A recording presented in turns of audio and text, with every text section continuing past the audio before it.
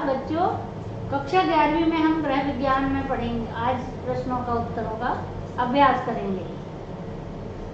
कोशिका संरचना, कोशिका के बारे में बताएंगे हम आज कि कोशिका के क्या परिभाषा है, कैसे कोशिका किसे कहते हैं। जैसे मानव शरीर एक मकान की तरह बना होता है छोटी छोटी ईंटों के द्वारा, और यही छोटी छोटी सजीव ईंटों का बनी कोशिकाएं कहलाती हैं, जो सेल्स कहलाती हैं। अब हम पढ़ेंगे कि प्रश्नों में कौन कौन से प्रश्नों को हमको हल करते हैं। प्रश्न है कोशिका किसे कहते हैं। तो कोशिका एक आवरण से घिरी हुई संरचना है, जीव द्रव्य से बनी हुई प्राणी के शरीर की रचनात्मक और कार्यात्मक इकाई है। कोशिका जीव पदार्थ की सबसे छोटी इकाई है जो अस्तित्व को बनाए रखने में सक्षम होती है। कोशिका एक छोटी इकाई है, एक छोटी इकाई है, छोटी इकाई के रूप में होती है, के रूप में होती है कोशिका।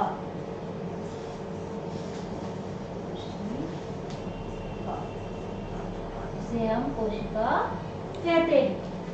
अब प्रश्न दूसरा है, डीएनए और आरएनए के कार्य लिखिए कि डीएनए हमारे शरीर में किस तरह कार्य करता है और आरएनए हमारे शरीर में किस तरह कार्य करता है। तो हम देखेंगे अब डीएनए शर्करा डीऑक्सी रिबोज होती है इसमें, और आरएनए में रिबोज होती है।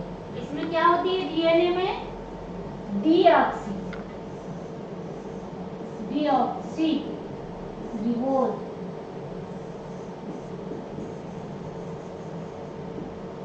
यानी शर्करा होती है, क्या होती है इसमें? शर्करा। और आरएनए में सिर्फ रिबोज होता है।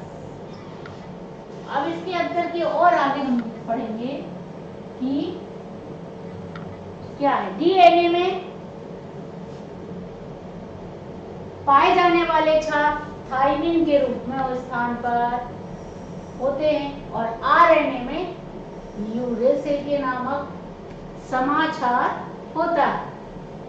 डीएनए में क्या होता है? थाइमिन के स्थान पर होते हैं, और आरएनए में यूरेसिल नामक समाचार होते हैं। समाचार यानी एक साथ। फिर आरएनए के अणुओं की संख्या द्विगुणित होने की शक्ति नहीं होती है। और डीएनए में क्या होता है? ऐजा हुआ दोहरा सूत्र होता है। क्या होता है डीएनए में? दोहरे सूत्र की रचना होती है, और दोहरे सूत्र से बना होता है। आरएनए एक सूत्रीय होता है। आरएनए कैसा होता है? एक सूत्रीय होता है। और डीएनए में नाइट्रोजन क्षार सदैव होता है, सदैव एक निश्चित अवस्था में रहता है, और आरएनए में नहीं होता। डीएनए में होता है क्षार के रूप में, नाइट्रोजन और क्षार के रूप में, और एक निश्चित अवस्था में होता है, लेकिन आरएनए में नहीं होता है।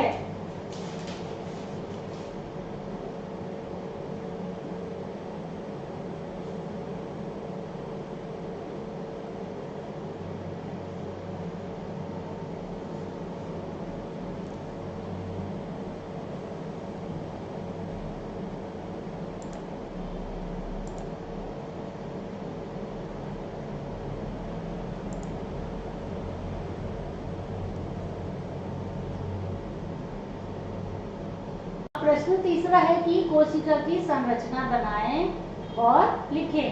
तो हम देखेंगे कोशिका की संरचना के बारे में कि कोशिका को अगर हम सूक्ष्मदर्शी से देखते हैं तो इसकी रचना अत्यंत सरल दिखाई देती है, और नाभिक कला से यह घिरा होता है, और इसमें केंद्रक द्रव्य या निकोप्लाज्मा पाया जाता है। कोशिका द्रव्य में अनेक सूक्ष्म अंगक बिखरी हुई अवस्था में पाए जाते हैं और पानी के कारण कोशिका द्रव अर्धपारदर्शक तथा गाढ़े से दिखाई देते हैं। अब हम इसकी संरचना देखेंगे कि ये जैसे ये बनी हुई है कोशिका,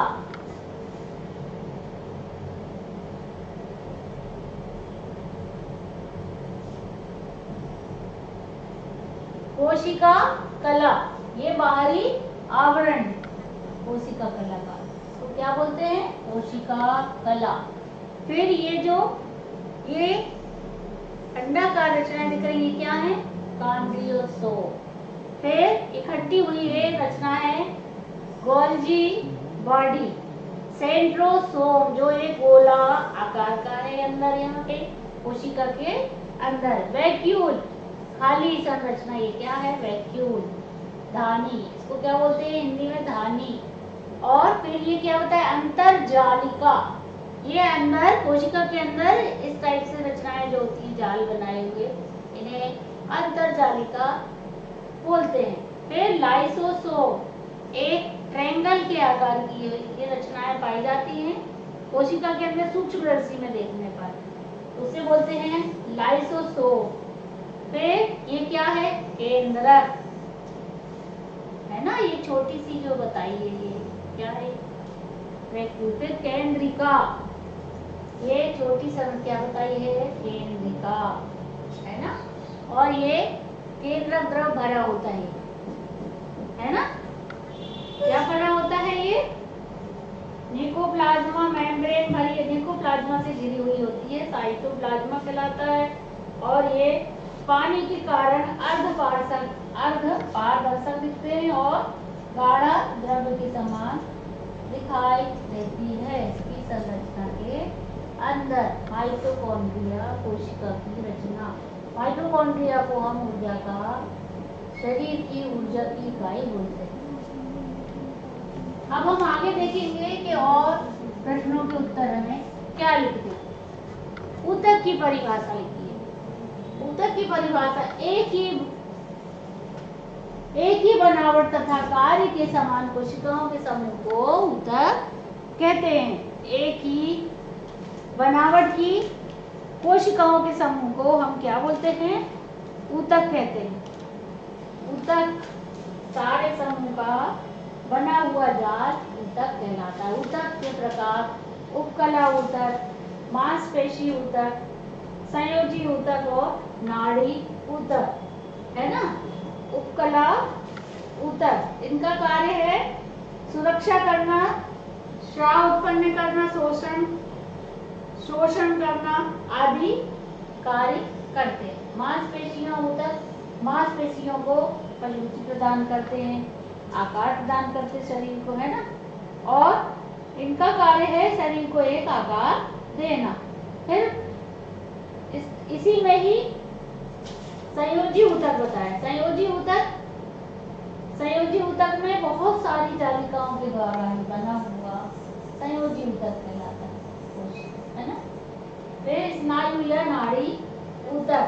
नाड़ी ऊतक, नाड़ी यानी ये नर्वस सिस्टम, हमारे संवेगों को सुनने, जैसे कोई करंट कुछ भी छुआ हमने तो हमको ये संदेश देता है कि हमें करंट लग जाएगा, ये नाड़ी ऊतक है ना। नाड़ियों के द्वारा हमें पूरे शरीर में संवेग उत्पन्न करने का काम करते हैं।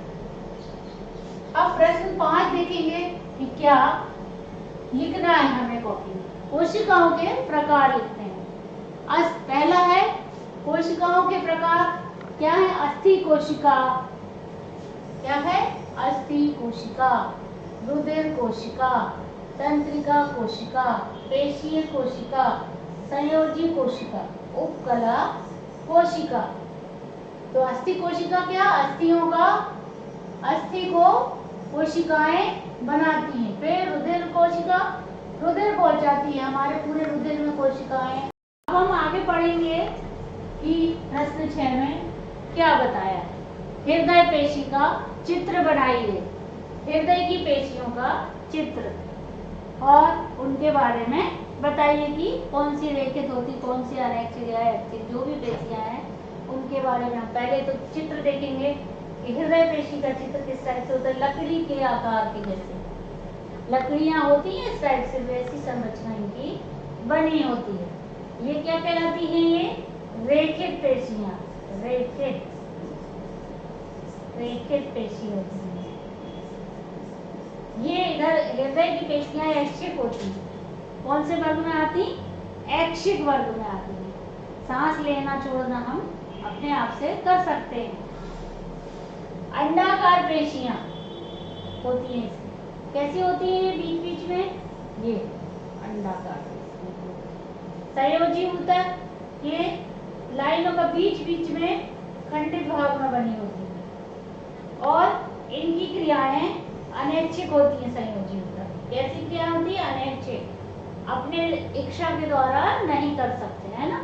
जैसे हम पलक झुकाना, है ना, हृदय की सांस लेना या छोड़ना, और हाथ पैर चलाना अनैच्छिक, हाथ पैर नहीं भी चला सकते उसको अनैच्छिक भी कह सकते हैं। और ऐच्छिक भी कि हमारी इच्छा के ऊपर आता है कि हम हाथ हिलाएं, हाथ का क्या करें, एक्सरसाइज करें नहीं करें।